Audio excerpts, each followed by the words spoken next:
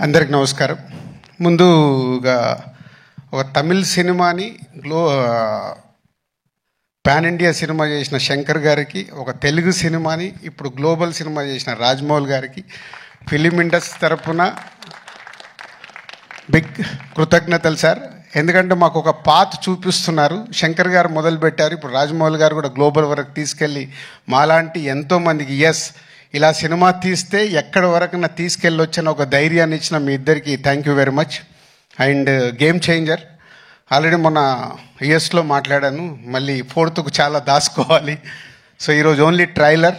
So Shankar గారి vision ఒక్కొక్క స్టెప్గా చూపిస్తూ వెళ్తున్నాం.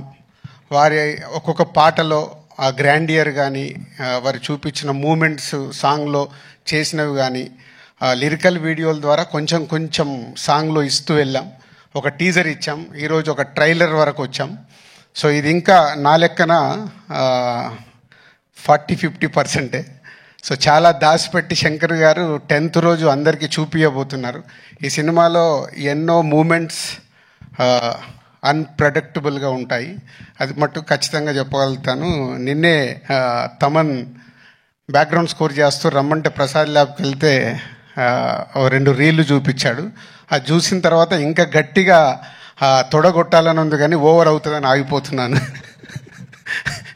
సో 10th వరకు మీలాగే మేము కూడా ఒక ఎగ్జైట్మెంట్ని ఆపుకుంటూ ఒక గొప్ప సినిమా అంటే ఒక కమర్షియల్గా శంకర్ గారు ఎన్నో సినిమాలు నేను ఎప్పుడు చెప్తుంటాను.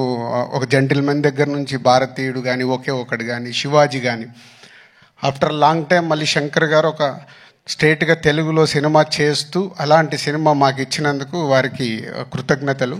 And Ram Charan global star, RRR తర్వాత ఒక గ్లోబల్ స్టార్ హీరోతో చేస్తున్నందుకు, ఈ సినిమా రిలీజ్ తర్వాత రామ్ చరణ్ గారు ఇంకా ఇంతింతై వటుడింతై లాగా పాన్ ఇండియానే కాదు గ్లోబల్ అదర్ కంట్రీస్లో కూడా చాలా అప్రిషియేషన్ వస్తుంది.